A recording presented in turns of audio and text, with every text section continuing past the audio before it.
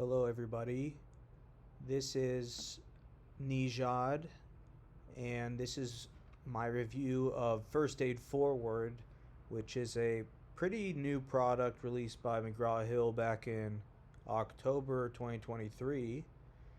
I have the pleasure of trying out both the Step 1 and the Step 2 offerings, and I guess we can go ahead and get started about my overall review, initial impressions, and so far and so forth. So we'll start with step one. Just some backgrounds about me, as we go. Step one, I took in 2022, or actually no, 2021. It was April 2021. It was the last year that it was scored, and I scored 265. So I would like to say that, I I think I studied pretty hard and pretty wisely for it. And given that, I think that this step 1 offering is actually very useful. At first, it might be a little overwhelming because you can see that, okay, first aid forward, step 1, we'll get to step 2 later, but with just step 1, you have access to the traditional first aid step 1, which everyone knows about, but there's also cases for the USMLE step 1, and there's also clinical pattern recognition for the USMLE step 1. So it's actually 3 different textbooks, but they're actually integrated quite nicely. So one feature that I can show right now is just like the systematic smart search. So for step 1, something probably more specific to step 1 than step 2 is biochemistry. So we can kind of look at biochem here. So if I just type in alkaptonuria, you can see that even in the search you can see different topics, quizzes, etc. And then when you click on this, you can see step 1. This is of course the step 1 book, the case studies and the clinical patterns, and you can it's a very comprehensive search. So the search function is pretty impressive, and of course if you click on it, you'll go straight to the alkaptonuria health topic in first aid. Something pretty cool is you can have it read to you out loud. Congenital deficiency of homogeneity. If you like to learn that way, and you can also change the font size. That's excellent. Something else is if you have dark reader, you can kind of get a pseudo dark mode, which sometimes it's nice on the eyes. But I'd like to show you just kind of like how you can study using all these different textbooks, because it's one thing to have access to such a great resource, but it's also extremely important that you know how to study and how to use the resources. So I would suggest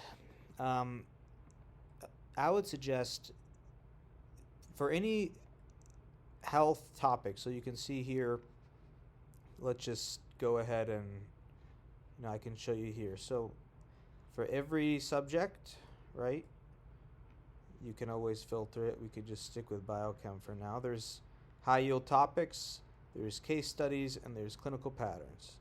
And then when you scroll down here for that example, alkaptonuria, well, anytime you see this little symbol, that's obviously talking about first aid, the traditional one.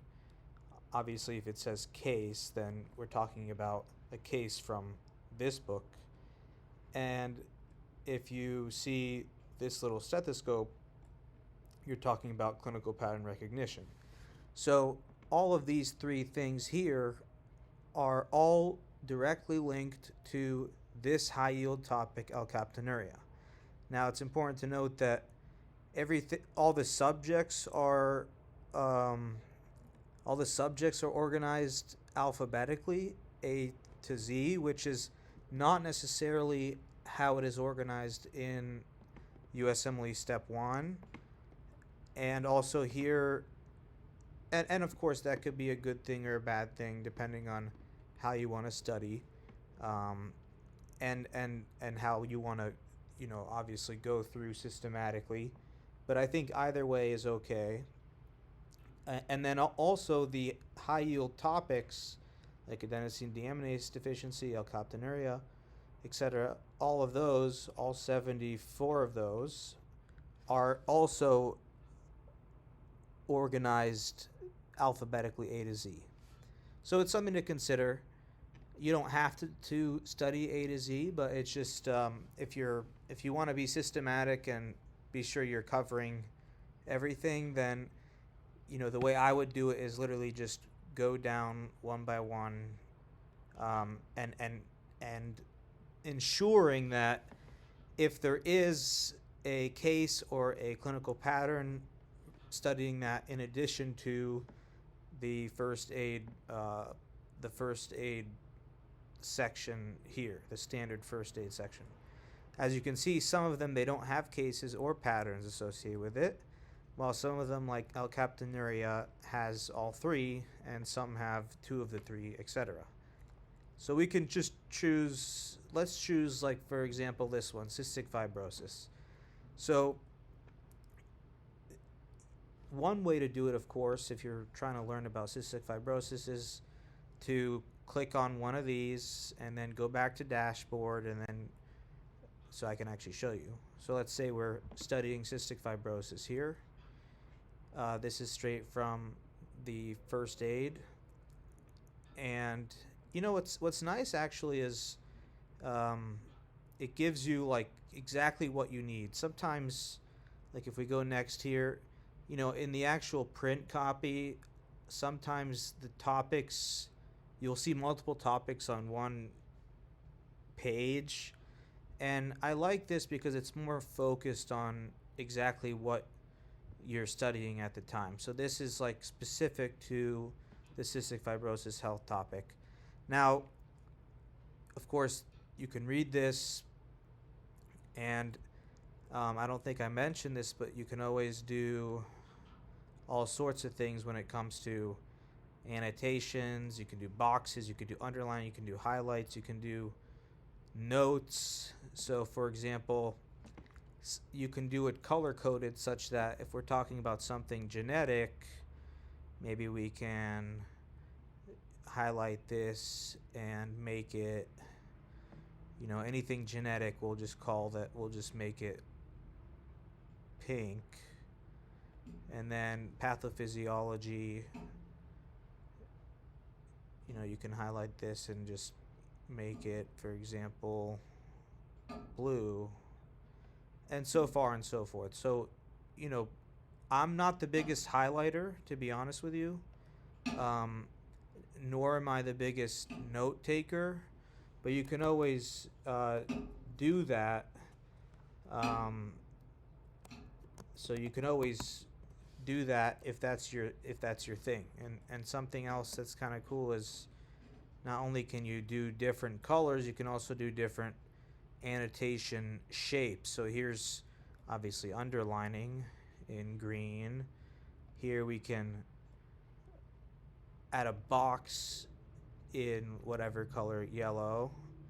And then here we can add a circle. And what have we not used yet? Maybe blue or something, green. Okay, so there's a lot of different ways to annotate. There's a lot of different ways to use notes. And something that's pretty cool if you like to do this is you can always go to your highlights here. As you can see, we have all sorts of highlights here, and you can export the highlights and it exports as a PDF. And the same thing goes for any notes you take. So notes you can also export and you'll get it as a PDF. And then place marks, it's kind of like bookmarks. If you want to, maybe place mark the first page of every chapter or the table of contents at the beginning of the book. That that could be something you could do. Another thing you should know is if you go to, so okay, we're right here. We know about this. We know about this. These are just the different, not necessarily pages, but more high yield topics. And then here, this is very important. So if you click on this, go to current location, you'll see exactly where you are in this particular book. Okay, so we are in the first aid book, so this is where you are in this particular book. What I think is probably one of the most important things is this section right here, topics. Why? Because, like I said before, if we could always just, click cystic fibrosis, first aid, and then go back to dashboard, and then scroll all the way down here, and then, go to case 8, and then, read the case, and then go back, and then scroll down, and here's the pattern, clinical pattern, and then, of course, read through that. But a much easier workflow that you should do if you want to kind of keep it more streamlined is just start off with one of these. Probably, let's just say we start off with first aid. We get a general overview. Maybe we want to have it read to us. And then if you go here and then click topics, then you can see within this topic of cystic fibrosis, the cases and the patterns are already like integrated. So you don't have to go back to the dashboard, scroll down, and then click on the case. You can go directly from the case through this. So I think that's very important. So if we click here, this is a case. Obviously, we know it's probably about cystic fibrosis, but I think there's a lot of value in just reading these presentations and going through these case synthesis. So reading all this is actually, you're learning as you go through this. In fact, you could argue that this is probably, it's a different way to learn than just reading first aid by itself. Like, this reads more in prose, and you have like full sentences, which is more like a textbook than is standard first aid. But of course you have access to all of it, so you can use it how you wish. So this is the case for cystic fibrosis. Of course, you can always do the annotations and so far and so forth. And then if we go back here and then go to topics, this is one thing that I actually have talked to the makers of first aid about. I think they're going to update this pretty soon, but as you can see from if we go to dashboard from here, if we click on this and go here, you can see that they're all integrated, the cases, the pattern recognition, and that. But this is just me on the fly trying to make sure. But then if you click on this and then go here and then here, oh, okay, so it is integrated, I guess. So then you could go here, and then obviously you could go to cystic fibrosis, or you could go to the pattern recognition. And this is also very useful because you have a case, you have a differential diagnosis, and then you have evaluation, treatment, and a whole discussion. This is actually excellent because it's like reading from a textbook. It's wonderful.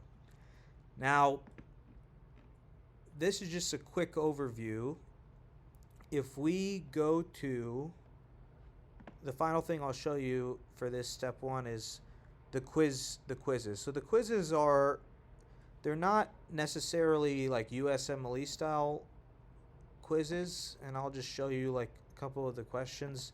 They're pretty short. They're more like testing your understanding. Let's see if I can get this right actually. Outside of the nucleus.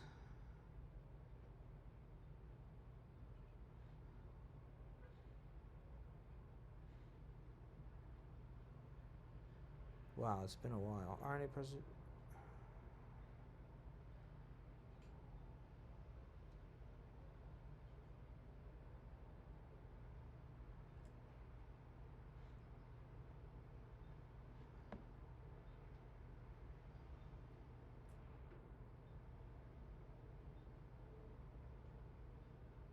Oh gosh, I have no idea.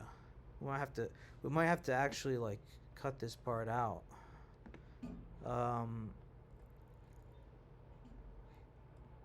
Okay, yes, we got it right. So, of course, these are these are they're shorter, obviously, but you get explanations, you get educational objectives, and so it can help you learn. But it's not like it's not a substitute for a standard USMLE style question bank. Like for step 1, of course, there's UWorld, AMBOSS, USMLE, RX, Kaplan, and then of course many others. Boards and Beyond has one. So this is more of like a quiz type thing, and you learn along the way. RMT. I'm just having fun now.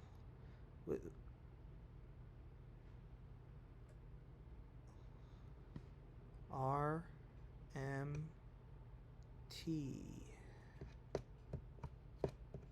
Isn't it that one?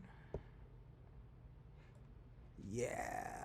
Okay, so it's been you can learn, and obviously you could do it in tutor mode and test mode. Now, last thing, because I know this is going on for a while, and then I can do a similar one for step 2, but I built this. I'm a big user of Notion. This is live on the web, and let's not worry about step 2 right now. But for step 1, I built a I took the number of high yield topics, case studies, clinical patterns, quiz questions, and I made all these tables that you could kind of track your progress in.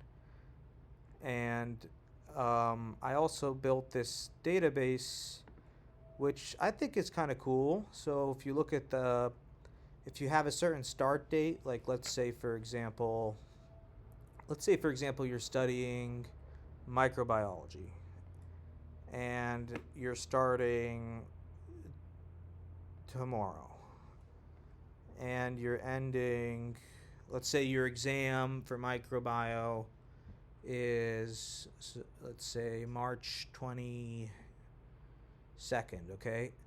I have it such that this is like a Notion database, so automatically it calculates the number of days between these two dates, and then I have the high yield topics divided by this date, and so you're averaging about 4 to 5 high yield topics per day. And then as you go through each day, let's say tomorrow you do 5, and then the next day you do 4, and so you'll as you approach 109, let's say like 50, you'll see this approach 100%.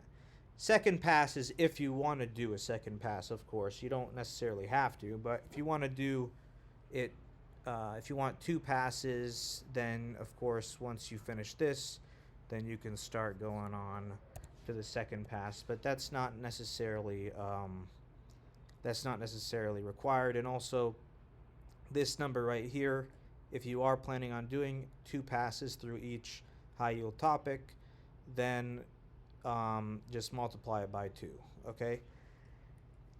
And I think that's about it. What I will say is this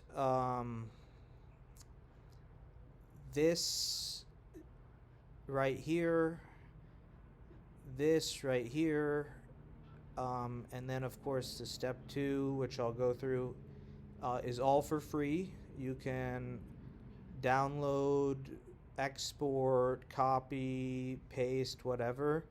I think it's nice to have a database like this to kind of track your progress, how much you should be studying per day, what you should be studying per day, if you want to do multiple pass-throughs, you know, first pass, second pass, etc. And this is just for this particular resource.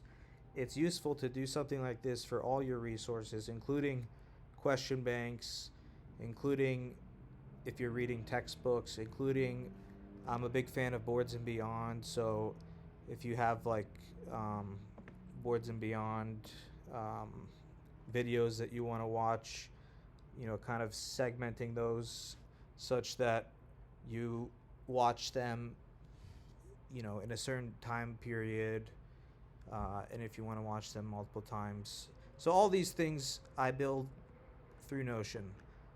And so that's my overall review for First Aid Forward Step 1.